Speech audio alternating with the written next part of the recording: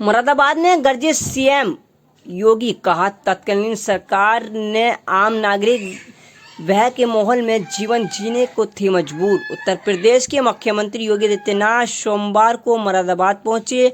वहां पर गांधी मैदान से सीएम योगी ने मुरादाबाद नगर विधानसभा, देहात, कुंदरकी विधानसभा तथा नगर निगम मुरादाबाद विकास प्राधिकरण की 365 करोड़ की 63 विकास परियोजना को लोकार्पण ने शिलान्यास किया। इस मौके पर सीएम योगी ने जनसभा को संबोधित करते हुए यूपी के पूर्व सीएम अखिलेश यादव का नाम लिए बगैर उन पर निशाना साध दिया। साथ ही समाजवादी पार्टी सपा के कार्यालय में विकास और कानून व्यवस्था की स्थिति को लेकर तंज भी कसा।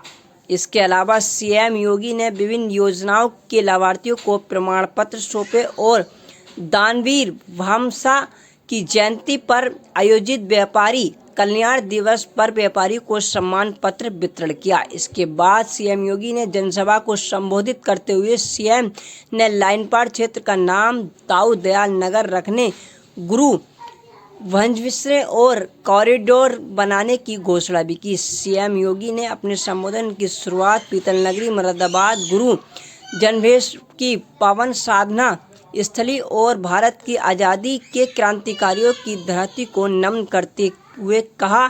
सीएम ने अपने संबोधन में कहा कि डबल इंजन की सरकार मुरादाबाद को आधुनिक, स्वच्छ और विकसित शहर बनाने के लिए लगातार कार्य कर रही है। मुख्यमंत्री ने तत्कालीन सरकार पर तंज कसते हुए कहा कि आज से 9 वर्ष पहले मुरादाबाद दंगों और अराजकता व्यवस्थाओं के लिए जाना जाता था। विकास की कोई सोच नहीं थी, लेकिन आज मुरादाबाद के पास अपना विश्वविद्यालय है। आज मुरादाबाद का यह युवाओं को प्रतिभा और ऊर्जा के लिए जाना जा रहा है और आज मुरादाबाद के यहाँ अन्नदाता किसानों को नवाचार के लिए अपनी पहचान बनाना है। अब यह की सड़कें चौड़ी हैं। उन्होंने कहा कि वर्ष 2017 से पहले उत्तर प्रदेश में कानून व्यवस्था की स्थिति बेहद खराब थी। उस समय युवाओं के लिए रोजगार नहीं था, किसानों के लिए कोई ठोस व्यवस्था नहीं थी और व्यापारी खुद सुरक्षित महसूस नहीं करते थे।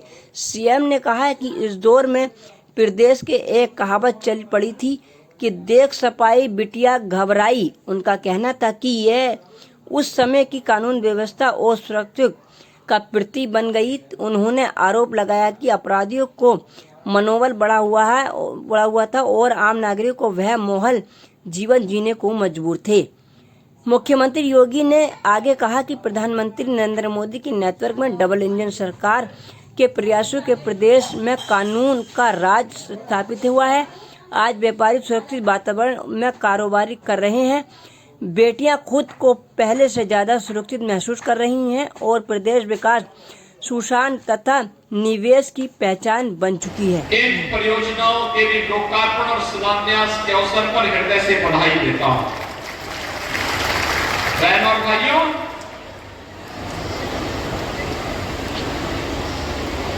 हमारी स्वयं की संपत्ति और हमारा वैभव राष्ट्र की सुरक्षा में कैसे सहायक हो सकता है, दानवीर भामाशाह का प्रेरणादायी व्यक्तित्व उसका उदाहरण है।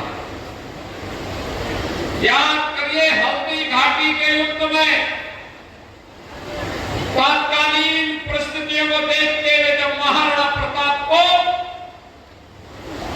युद्ध का मैदान छोड़ करके हटना पड़ा था, मात्र 22,000 की सेना महाराणा प्रताप के पास और लाखों की सेना अकबर से उनका मुकाबला हो रहा था।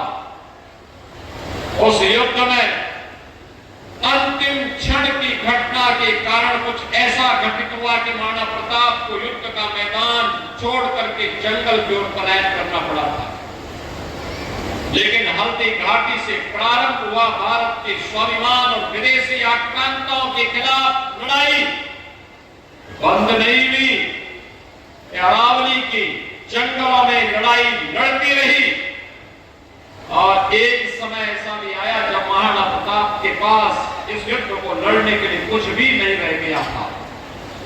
बहनों और भाइयों, तब भारत माता का महान सपूत भामा शाह अपनी पूरी संपत्ति को महाराणा प्रताप के चरणों में समर्पित करते हुए उन्होंने कहा था कि देश की आजादी के लिए भामा शाह भी अपना योगदान देने के लिए आया है, और उन्होंने अपनी पूरी संपत्ति महाराणा प्रताप को दी, जिस संपत्ति के बल पर 12 वर्ष तक पूरी सेना का वेतन और अकबर को दांतों तले चने चबवाने के लिए मजबूर करने की सामर्थ्य थी, जिसके बल पर फिर से मेवाड़ और चित्तौड़गढ़ के सभी दुर्ग और किले वापस फिर से महाराणा प्रताप के पास आए, और भारत के स्वधर्म और स्वदेश की लड़ाई कैसे होनी चाहिए, महाराणा प्रताप ने उसका उदाहरण देशवासियों के सामने प्रस्तुत किया।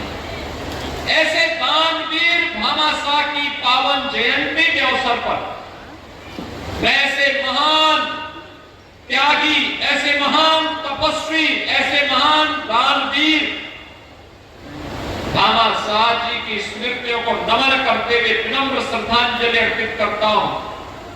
अपने व्यापारी बंधुओं को, प्रदेश भर के व्यापारी बंधुओं को, उद्यमियों को इस दिवस की बधाई देता हूं, और व्यापारी कल्याण दिवस के अवसर पर मुझे बताते हुए प्रसन्नता है कि जो भी उद्यमी या व्यापारी जीएसटी में अपना रजिस्ट्रेशन कराता है, हमारी डबल इंजन की सरकार उसे 10 लाख रुपए की बीमा कवर भी देता। अगर उसके साथ कोई घटना दुर्घटना होती है तो सरकार की तरफ से 10 लाख रुपए उस परिवार को सहायता स्वरूप उपलब्ध करवाते हैं। मैं आज के इस अवसर पर व्यापारी बंधुओं से कहूंगा, उनके सामर्थ्य